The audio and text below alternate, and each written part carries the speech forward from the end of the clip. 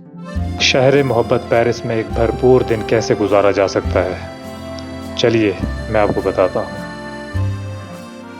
हमारे दिन का आगाज़ होगा सड़क किनारे बने हुए खूबसूरत कैफ़े से, जहाँ पे हम लेंगे एक ज़बरदस्त सी कॉफ़ी और एक बटर क्रोसेंट।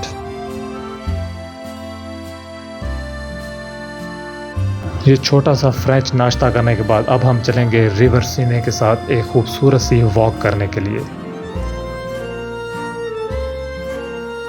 रिवर सीने के ऊपर बने हुए ये कदीम और ख़ूबसूरत पुल देखकर आप अपने आप को एक अलग ही दुनिया में महसूस करेंगे।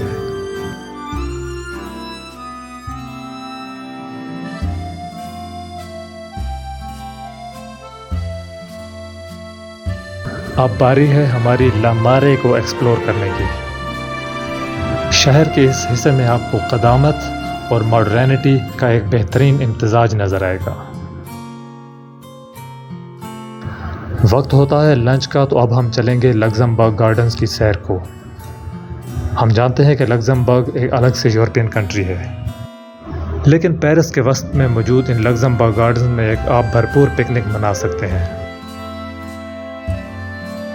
अब बारी आती है पेरिस की मार्केट्स को एक्सप्लोर करने की, जहाँ पे मैं आपको कहूँगा कि आप पेरिस की बेकरीज़ को बिल्कुल ना भूलिएगा, जहाँ पे बटर क्रोसेंट और दीगर बेकरी की अशिया आपके दिल को मोह लेने के लिए काफ़ी है। मेरा एक दोस्त बटर क्रोसेंट को मीठा बन भी कहता है।